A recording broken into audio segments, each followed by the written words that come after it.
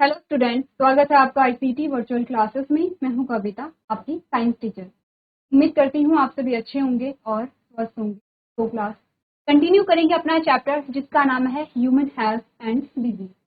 Human health and disease में सबसे पहले हमने बात की है यहाँ पर बेसिक सी इंफॉर्मेशन के बारे में, जिसमें हमने हेल्थ के बारे में बात की है, डिजीज के बारे में बात की है और कुछ जो डिजीज के टाइप्स हैं उनके बारे में बात की है।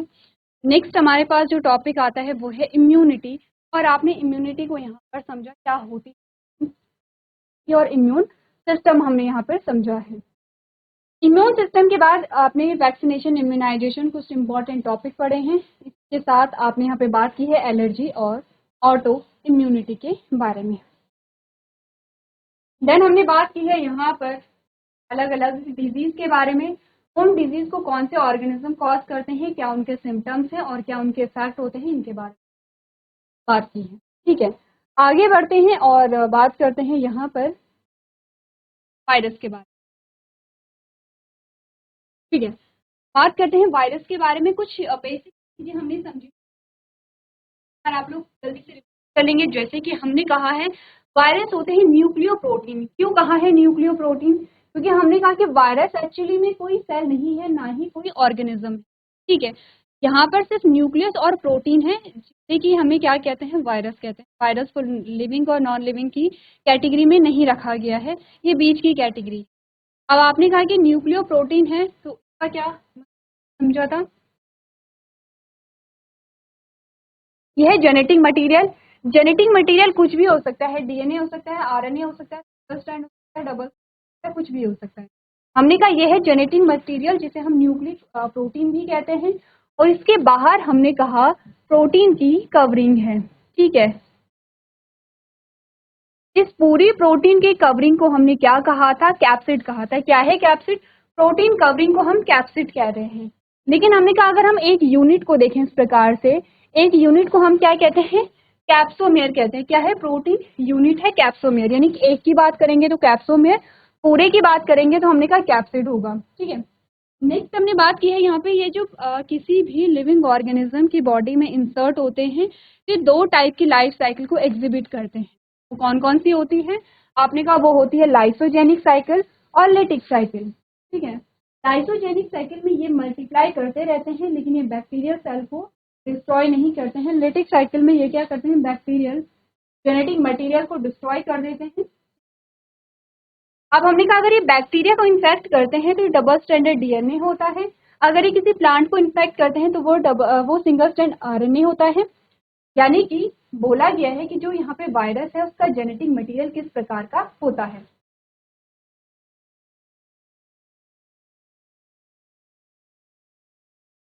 चलिए, तो हमने कहा कि यहाँ पर जो वायरस का जेनेटिक मटेरियल है वो कुछ भी हो सकता है। ऐसे वायरस जो बैक्टीरिया को यहाँ पे संक्रमित करते हैं, उनका जो जेनेटिक मटेरियल होता है वो डबल स्ट्रैंड डीएनए होता है। ठीक है, ऐसे प्लांट जिन्हें बैक्टीरिया इन्फेक्ट करता है, या जो जिन प्लांट्स को जो वायरस है वो इन्फेक्ट करता है, हमने कहा ऐसे वायरस जो बैक्टीरिया को इन्फेक्ट करते हैं उसका genetic material double strand DNA है। ऐसे वायरस जो प्लांट को इन्फेक्ट करते हैं उनका genetic material single strand RNA है। और ऐसे वायरस जो एनिमल को इन्फेक्ट करते हैं वो कुछ भी हो सकते हैं, वो डीएनए, उनका genetic material DNA, RNA, single strand, double strand, कुछ भी हो सकता है। ठीक है, ये बेसिक सी चीजें हमने यहाँ पे बात की थी, किसके बारे में? वायरस के बारे में। वायरल डिजीज क्या होती है, कैसी होती है, इसके बारे में हमने बात की है। हम बात करने वाले हैं यहाँ के बारे में, एड्स की फुल फॉर्म क्या होती है? Acquired immuno deficiency syndrome. ठीक है, अब ध्यान रखिए, हमने दोबारा दोबारा यहाँ पे क्यों लिखी है फुल फॉर्म? क्योंकि फुल फॉर्म हमें यहाँ भी दी गई है। ठीक है, हमने कहा ध्यान से पढ़िए इसकी फुल फॉर्म क्या होती है। एड्स एक क्या है? सिंड्रोम होता है। सिम्टोम और डिजीज में क्या डिफरेंस है यहाँ पे? देखिए, सबसे पहले तो एड्स की फुल फॉर्म क्या होती है? एक्वायर्ड। पहला ही शब्द में क्या कह रहा है? एक्वायर्ड कह रहा है। ये जेनेटिक डिसऑर्डर नहीं है, जेनेटिक नहीं है। ये क्या है? आपने कहा कि इसे हम क्या कहते हैं? एक्वायर करते हैं। एक्वायर का मतलब क्या? ऐसा नहीं कि सभी एक्वायर करेंगे। जो एड्स होती है वो बहुत ही ज़्यादा क्या होती है, अपने डेंजरस सिंड्रोम आप कह सकते हैं इसे, ठीक है। One of the dangerous syndrome जो होता है वो होता है एड्स। ऐसा नहीं कि सभी एक्वायर कर रहे हैं, जैसे कि हमने कहा कि जब हम बात कर रहे थे इम्यून सिस्टम के बारे में, हमने कहा एक्वायर इम्यूनिटी होती है, तो वो तो हमारे लिए पॉजिटिव है। हमने कहा एड्स क्या है, एक्वायर्ड इम्यूनो डेफिशिएंसी सिंड्रोम है, ऐसी डिजीज जो जेनेटिक नहीं है, तो यहाँ पे हमें हमारे पेरेंट्स से नहीं मिली है ये डिजीज, लेकिन क्या हुआ है, हमने उसे एक्वायर्ड किया है। एक्वायर्ड कैसे किया है, आपने कहा किसी इन्फेक्टेड पर्सन से एक्वायर्ड किया गया है। आपने कहा ये कैसा है कि एक्वायर्ड इम्यूनो डेफिशिएंसी ऐसा सिंड्रोम है तो हमारे इम्यून सिस्टम को क्या करता है, इन्फेक्ट करता है। इम्यूनो डेफिशिएंसी का मतलब है कि आपका इम्यून सिस्टम प्रॉपरली काम ही नहीं करता। सिंड्रोम का मतलब होता है groups of disease, groups of symptoms या ग्रुप्स ऑफ डिजीज, ठीक है। मतलब सिंड्रोम किसी एक बारे में नहीं है, सिंड्रोम का मतलब है कि बहुत सारी बीमारियां हो रही हैं, बहुत सारे क्या हो रहे हैं, डिजीज हो रहे हैं। एक्चुअली में एड्स का होता क्या है, एड्स जो होता है वो होता है HIV के द्वारा। HIV, HIV क्या फुल फॉर्म है इसकी, ह्यूमन इम्यूनो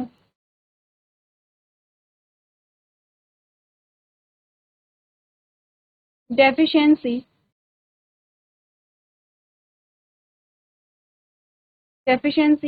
वायरस। यहाँ पे आपको फुल फॉर्म कहीं दी गई, ह्यूमन इम्यूनो डेफिशिएंसी वायरस, ठीक है। आपने कहा कि ये एक वायरस की वजह से होता है, ठीक है। एड्स क्या है, एक सिंड्रोम है, सिंड्रोम का मतलब है ग्रुप ऑफ सिम्टम्स और ग्रुप ऑफ डिजीज, ठीक है। अब हमने कहा कि ये किसकी वजह से, कोई वायरस की वजह से होता है, वायरस का नाम है ह्यूमन इम्यूनो डेफिशिएंसी वायरस, ठीक है। अब यहाँ पर क्या करेगा, इम्यूनो डेफिशिएंसी का मतलब है कि आपके इम्यून सिस्टम को इन्फेक्ट करता है ये वायरस, ठीक है। इस वायरस की वजह से क्या होता है, एड्स होता है। HIV और एड्स में क्या डिफरेंस है, HIV है वायरस और HIV की वजह से होता है एड्स। एड्स में क्या है, आपने कहा ये सिंड्रोम होता है, मल्टीपल मिलते हैं, क्योंकि ये सबसे पहले आपके इम्यून सिस्टम को क्या करेगा, इन्फेक्ट करेगा। तो ये करता क्या है एक्चुअली में, जो यहाँ पे HIV है, HIV करता क्या है, दो चीजें करेगा ये। क्या करेगा, ये जो टी हेल्पर सेल होती है, हेल्पर सेल लिम्फोसाइट का है, हमने कहा क्या बोला था, लिम्फोसाइट पढ़ा था, इसकी कुछ सेल्स आपने पढ़ी थी, जैसे साइटोटॉक्सिक टी सेल, जैसे कि मेमोरी टी सेल, जल्दी से आपको रिवाइज करना है, और जैसे कि आपने पढ़ा था यहाँ पर हेल्पर टी सेल, ठीक है, हो गए। अब हमने क्या बोला है, जो लिम्फोसाइट है यहाँ पर वो आपकी एक्वायर्ड इम्यूनिटी में आता है। आपने कहा कि जब इन्फेक्शन बढ़ जाता है तो यहाँ पर क्या होता है, सबसे पहले जो साइटोटॉक्सिक टी सेल है वो तो जो आपकी इन्फेक्टेड सेल होगी उन्हें डिस्ट्रॉय करते हैं। मेमोरी टी सेल मेमोरी बनाते हैं उस पैथोजन के लिए। हेल्पर टी सेल क्या करेंगे, ये एक्टिवेट करते हैं बी लिम्फोसाइट को, बी लिम्फोसाइट। और बी लिम्फोसाइट की दो इंपॉर्टेंट सेल होती है, एक तो प्लाज्मा सेल हो गई है प्लाज्मा, और एक हो गया है यहाँ पर मेमोरी बी सेल। तो मेमोरी सेल क्या कर रही हैं, ये आप समझ रहे हैं कि ये किसी पैथोजन के लिए क्या कर रही हैं, मेमोरी बना रही हैं। प्लाज्मा की बात करेंगे तो हमने कहा ये बनाएंगी एंटीबॉडीज, एंटीबॉडीज बनाती हैं, और वही एंटीबॉडीज जो क्या करेंगी यहाँ पर पैथोजन कैप्चर करती हैं, या फिर आपने कहा जो पैथोजन है उसे यहाँ पर क्या स्टेबल रखती हैं, जिससे कि उन्हें क्या कर सके, डिस्ट्रॉय किया जा सके। HIV सबसे पहले क्या करता है, इनफैक्ट हेल्पर सेल होती हैं, टी हेल्पर सेल होती हैं। कौन सी टी हेल्पर सेल, जो आपके बी लिम्फोसाइट को एक्टिवेट कर रही हैं, जिसकी वजह से आपके एंटीबॉडीज बने। आपने कहा सबसे पहले टी हेल्पर सेल को ही इन्फेक्ट कर देती हैं।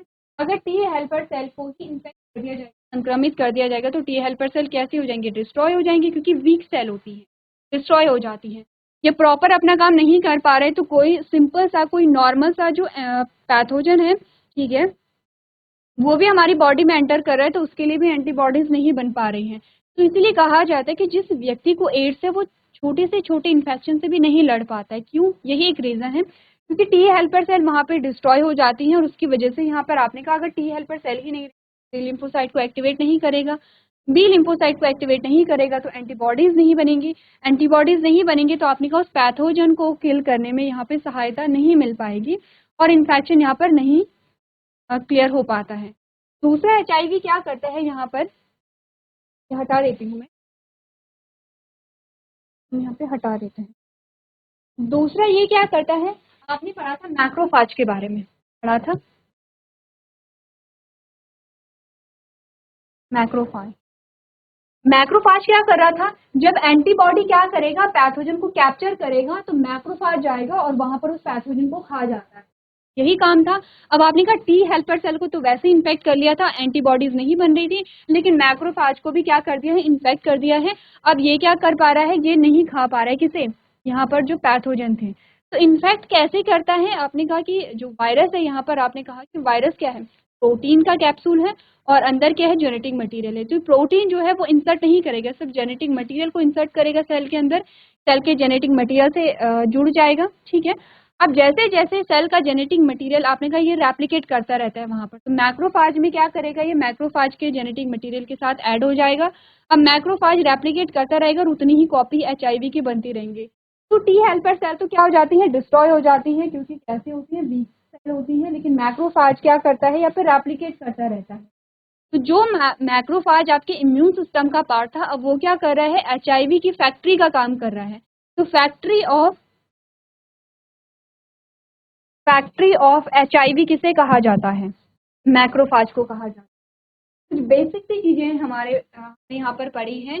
एड्स किसकी वजह से होता है, अभी तक हमने कुछ पढ़ा नहीं है एड्स के बारे में, अभी तक हमने बेसिक चीजें समझी कि एड्स की फुल फॉर्म क्या है, एड्स किसकी वजह से होता है, आपने कहा वायरस की वजह से। कौन सा वायरस, आपने कहा HIV वायरस। HIV वायरस की फुल फॉर्म क्या होती है, HIV वायरस ऐसा क्या करता है हमारे शरीर में कि जिससे कि एड्स, हमने कहा कि इतनी डेंजर सिचुएशन यहाँ पर आ जाती है, आपने कहा कि हमारे इम्यून सिस्टम को ही इन्फेक्ट कर देता है, ठीक है। तो इसके बारे में आपने कुछ जल्दी से आप लोग नोट कर लीजिए।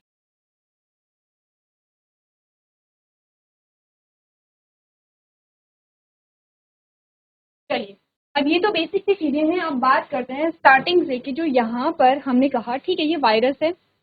अब ये वायरस कितना खतरनाक हो सकता है इसका आप आइडिया लगा सकते हैं, क्योंकि हमने कहा अगर हम थोड़ा सा बात करें कि एड्स की स्थिति क्या होती है, आपने कहा एड्स में इम्यून सिस्टम इतना वीक हो जाता है कि आप, यानी कि कोई पर्सन, व्यक्ति को एड्स होता है, उसमें क्या होता है कि उसका इम्यून सिस्टम इतना वीक हो जाता है कि वो जो बेसिक या जो बहुत नॉर्मल इन्फेक्शन होते हैं उनसे नहीं लड़ पाता, तो ये इन्फेक्शन हो जाते हैं। तो हमने कहा कि जो एड्स का जो व्यक्ति होता है उसकी मृत्यु एड्स से बाद में हो, इससे पहले और जो डिजीज है उसे लग जाती है और उसी से उसकी मृत्यु हो जाती है, जैसे ट्यूबरक्लोसिस हो गया है, जैसे कैंसर ने जन्म ले लिया है। क्योंकि होता क्या है कि उसे कोई इन्फेक्शन हुआ, उसकी बॉडी लड़ नहीं पा रही है। अब नॉर्मली क्या होता है कि आपने कहा कॉमन कोल्ड हो रहा है या ट्यूबरक्लोसिस हो रहा है या कोई भी बीमारी हो रही है, हमारा इम्यून सिस्टम एक्टिव है और काम कर रहा है, आपने मेडिसिन ली और आपने कहा ठीक हो जाते हैं यहाँ पर, क्योंकि आपका इम्यून सिस्टम एक्टिव है यहाँ पे। अब एड्स, जिस व्यक्ति को एड्स हुआ है उसका इम्यून सिस्टम ही इतना वीक है कि वो कुछ कर नहीं पाते, तो आपके इन्फेक्शन बढ़ता ही चला जाता है और उससे बहुत सारे जो रोग हैं वो हो जाते हैं, इसीलिए इसे सिंड्रोम कहा गया है। अब हमने कहा अगर हम स्टार्टिंग देखें 1920 में, अगर हम बात करें कि जो HIV है, ये जो वायरस, ये ट्रांसमिट कैसे हो, तो ट्रांसमिट में हमने कहा कि ये होता है बॉडी फ्लूइड में। जैसे बॉडी फ्लूइड क्या क्या होते हैं, बॉडी फ्लूइड होता है, आपने कहा म्यूकस हो सकता है, आपने कहा जो आपका जो रिप्रोडक्टिव सिस्टम है या रिप्रोडक्टिव ऑर्गन्स में जो लिक्विड होता है, ठीक है, उसमें होता है, जैसे कि ब्लड में होता है। तो बॉडी फ्लूइड में आपका पाया जाता है कि वायरस जो किसी इन्फेक्टेड पर्सन से किसी हेल्दी पर्सन में जा सकता है। जैसे कि आपने कहा अनसेफ जो सेक्सुअल एक्टिविटी होती है उसके द्वारा यहाँ पे ये फैल सकता है। अगर किसी व्यक्ति को एड्स है और उसे क्या लगी है, कोई सिरिंज लगी है, इंजेक्शन दिया गया है, सेम सिरिंज का यूज अगर कोई हेल्दी पर्सन करता है तो वहाँ पे एड्स फैल सकता है। अगर वो शेव कर रहा है और वो जो सेविंग ब्लेड है, सेम ब्लेड का यूज किसी हेल्दी पर्सन ने कर लिया है तो उससे फैल सकता है।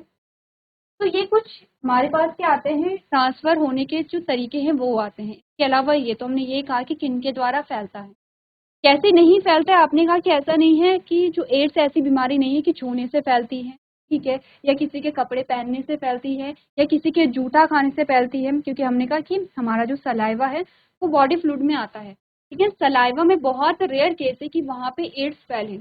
अगर सलाइवा का बहुत ज़्यादा क्वांटिटी में अगर कोई क्या करेगा, इनटेक कर लेगा, किसी इन्फेक्टेड पर्सन का बहुत ज़्यादा सलाइवा कोई इनटेक कर लेगा, तब कह सकते हैं कि कुछ परसेंट चांसेस हो सकते हैं। अदरवाइज अगर आप किसी व्यक्ति को एड्स है, उसका जूठा अगर खा लिया जाए तो एड्स नहीं होता, ना छूने से होता है, ना किसी इन्फेक्टेड पर्सन के कपड़े पहनने से होता है। आपने कहा ये तभी होगा जब बॉडी फ्लूइड ट्रांसफर होगा। बॉडी फ्लूइड आपने कहा उसमें ब्लड आ सकता है, या आपने कहा सीमेन आ सकता है, या फिर आपने कहा वेजाइनल फ्लूइड आ सकता है। ये सारे क्या होते हैं, ट्रांसफर जो चांसेस हो सकते हैं, ये सभी उन्हीं में आते हैं। अब क्वेश्चन ये आता है कि ह्यूमन में सबसे पहले ये वायरस आया कैसे होगा? कहीं ना कहीं से तो आया होगा। जैसे कि आपने कहा कोविड 19 जब हुआ था, तो यहाँ पर ये जो वायरस आया था कैसा आया था, चाइना से फैला था। हम जानते हैं चाइना से कैसे फैला। ठीक है, अब यहाँ पर जो HIV है उसकी स्टोरी भी कुछ ऐसी ही है। 1920 की बात है और साउथ अफ्रीका में क्या है, जो लोग थे वहाँ के, वो क्या करे थे, चिंपैंजी का शिकार करे। आप लोग चिंपैंजी का शिकार करें। अब उस टाइम पे आपने कहा कि गन नहीं हुआ करती होंगी, तो ऑब्वियस सी बात है कि वो चाकू या कोई अन्य जो चीज उनसे कर रहे होंगे। इसी बीच में क्या हुआ होगा कि जो चिंपैंजी है, चिंपैंजी भी जख्मी हुआ होगा, उसने हमला किया होगा उस व्यक्ति पे। अब हुआ क्या, क्योंकि चिंपैंजी क्या था, जख्मी था, तो उसका ब्लड निकल रहा था और उसने हमला किया किसी पर्सन पे, किसी व्यक्ति पे। इससे क्या हुआ, वो जो चिंपैंजी का ब्लड था वो उस व्यक्ति के ब्लड से मिक्स हो गया, और इस प्रकार से जो वायरस था वो चिंपैंजी से किस में ट्रांसफर हो गया, मनुष्य में ट्रांसफर हो गया है। वहां से वो जो HIV वायरस है वो ट्रांसफर होता चला गया, लेकिन अभी तक किसी को पता नहीं थी। हाँ, 1920 से लेकर के 1980 तक किसी को ये पता ही नहीं था कि HIV भी कोई वायरस है और एड्स भी सिंड्रोम होता है। इस बीच में बहुत सारे केस आए होंगे, बहुत सारे व्यक्तियों की मृत्यु हुई होगी, लेकिन किसी को नहीं पता। सबसे पहला जो रिकॉर्डेड केस था वो देखा गया 1981 में, अमेरिका में। 1981 में देखा गया कि जो यहाँ पर जो होमोसेक्सुअल लोग थे वो क्या हो रहे हैं, एक के बाद एक वो किसी बीमारी से ग्रसित हो रहे हैं, उनकी डेथ हो रही है। ठीक है, और उनकी जब डेथ हो रही है तो देखा गया कि उनका फिर टेस्ट करवाया गया है। तो आपने कहा कि यहाँ पर उन्होंने बात की है GRID। क्या होता है GRID? गे रिलेटेड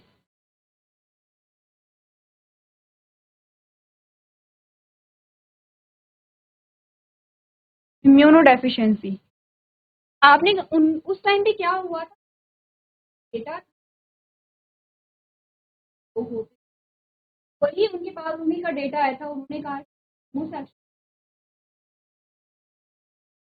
1981 में सबसे पहला केस आया। अब उन्होंने कहा कि ये कैसे है, GRID से कहा गया, यानी कि गे रिलेटेड इम्यूनो डेफिशिएंसी, यानी कि ये सिर्फ जो ये होते हैं या जो होमोसेक्सुअल लोग होते हैं, होमोसेक्सुअल ज़्यादा बेटर वर्ड होगा, जो होमोसेक्सुअल लोग होते हैं ये इन्हीं में पाया जाता है। लेकिन पाया गया कि ये तो अदर जो है जैसे कि फीमेल है या जो हेटेरोसेक्सुअल है उनमें भी पाया जा रहा है। तो ऐसा नहीं था कि जो होमोसेक्सुअल लोग थे उन्हीं में पाया जा रहा था। आपने कहा फीमेल में भी पाया जा रहा है, हेटेरोसेक्सुअल जो है उनमें भी पाया जा रहा है। ठीक है, यानी कि सब में पाया जा रहा है। तो 1983 में ये देखा गया, ये कब देखा गया है, 1983 में ये देखा गया। तो इससे हमें ये पता चलता है कि जो HIV की शुरुआत कैसे हुई है, HIV को डिटेक्ट कैसे किया गया है। बहुत लंबा टाइम लगा है यहाँ पर HIV को डिस्कवर करने में। तो आपको उस पर ध्यान रखना है, ये वाली डेट, ये वाली डेट आपको ध्यान रखनी है। बाकी आप रखेंगे तो अच्छी बातें, नहीं भी रखेंगे तो कंपलसरी आपके लिए नहीं है।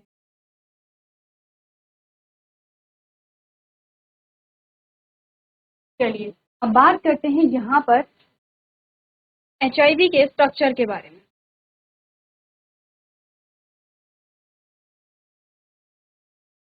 स्ट्रक्चर के बारे में बात करते हैं। यहाँ पर हमने कहा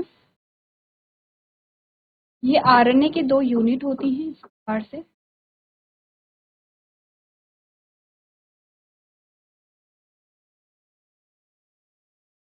के बाहर हमने कहा ये तो है जेनेटिक मटेरियल, के बाहर क्या होगी यहाँ पे प्रोटीन की कवरिंग होती है, जिसे आप कैप्सिड के नाम से भी जानते हैं।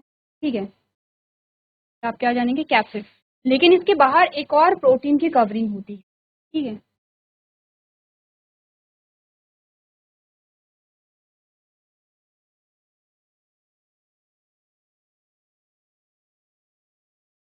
के बाहर जो HIV वायरस होता है के बाहर एक और प्रोटीन की कवरिंग होती है, और इसके बाहर होती है लिपिड की लेयर।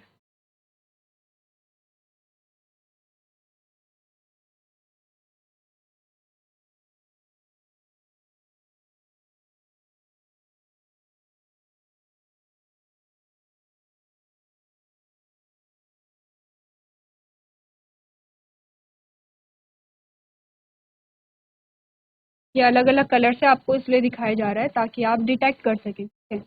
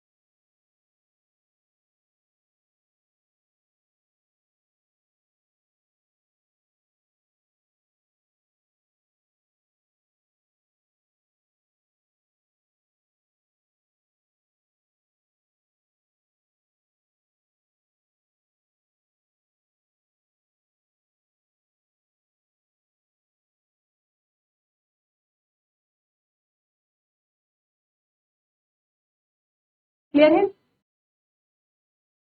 ये हमारे पास आता है HIV वायरस। आपने कहा ये जो आपके पास है इसे आप कहते हैं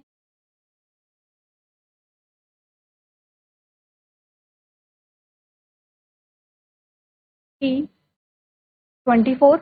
ठीक है, इसके बाद जो सेकंड आपके पास लेयर आती है इसे आप कहते हैं T17। ठीक है, इसके बाद जो आपके पास लेयर आती है, ये जो आपको येलो कलर से दिखाया गया है, ये लिपिड लेयर है, लिपिड लेयर है। ठीक है, ये दोनों प्रोटीन लेयर हैं, इनर मेम्ब्रेन और आउटर, इनर प्रोटीन और आउटर प्रोटीन आप कह सकते हैं।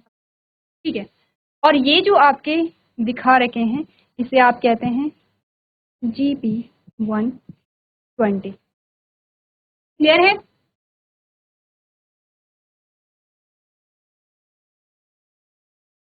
अब ये जो डायग्राम है ये आपको अपनी कॉपी में बनाना, और अलग अलग जो पार्ट है उनके आपको नाम लिखने हैं। चाहे दो प्रोटीन यहाँ पर पाए जाते हैं, इनर जो प्रोटीन है वो P24 है, आप ऐसे ही याद रख सकते हैं, ज़्यादा है नंबर में, वो अंदर है, और बाहर जो है वो कम है। सेकेंड जो लेयर आती है वो P17 है। फिर एक प्रोटीन की लेयर आती है जिसे आप लिपिड लेयर कहते हैं। ठीक है, लिपिड लेयर में क्या लगे हुए हैं, आपने कहा GP120 यहाँ पर लगे हुए हैं, यह है स्ट्रक्चर। अगर हम बात करें यहाँ पर HIV के स्ट्रक्चर की हम बात करें, हमने कहा ये जो बिलोंग करते हैं ये बिलोंग करते हैं रेट्रो वायरस से। एक और चीज हमने यहाँ पर देखी थी, इसे हम कहते हैं रिवर्स ट्रांसक्रिप्टेज, RT के नाम से इसे जानते हैं। इसका मेन फंक्शन होता है, ये क्या करता है, रेट्रो वायरस का जो ग्रुप है, हर एक जो वायरस है वो रेट्रो वायरस ग्रुप से बिलोंग नहीं करता है। रेट्रो वायरस में क्या होता है, ये क्या करता है, नॉर्मली आप क्या देखते हैं, DNA से RNA बनता है, ये क्या करता है, RNA से DNA का फॉर्मेशन करता है। ठीक है, जो रेट्रो वायरस जो ग्रुप है, इस ग्रुप से बिलोंग करने वाले जो वायरस होते हैं वो क्या करते हैं, RNA से DNA का फॉर्मेशन करते हैं। तो आपसे पूछा जाता है कि क्या हर प्रकार के जो वायरस है वो रेट्रो वायरस होते हैं? नहीं, हर टाइप के वायरस रेट्रो वायरस नहीं होते हैं। इसीलिए हर टाइप के जो वायरस हैं वो RNA से DNA नहीं बनाएंगे, सिर्फ रेट्रो वायरस से ही बनाएंगे। और HIV क्या है, आपने कहा रेट्रो वायरस से बिलोंग करता है। तो जल्दी से स्ट्रक्चर और लेबलिंग चलिए, तो आज हमने बात की है एचआईवी के स्ट्रक्चर के बारे में। नेक्स्ट लेक्चर में हम देखेंगे एचआईवी कैसे यहाँ पर जो ह्यूमन सेल है उसे इन्फेक्ट करता है। तो उसके लिए अभी तक जो हमने चीज़ें समझी हैं उसे आप लोग एक बार पढ़ करके लेके आएंगे। आज के सेशन में हम इतना ही करेंगे। अभी तक क्लास में बने रहने के लिए आपका धन्यवाद।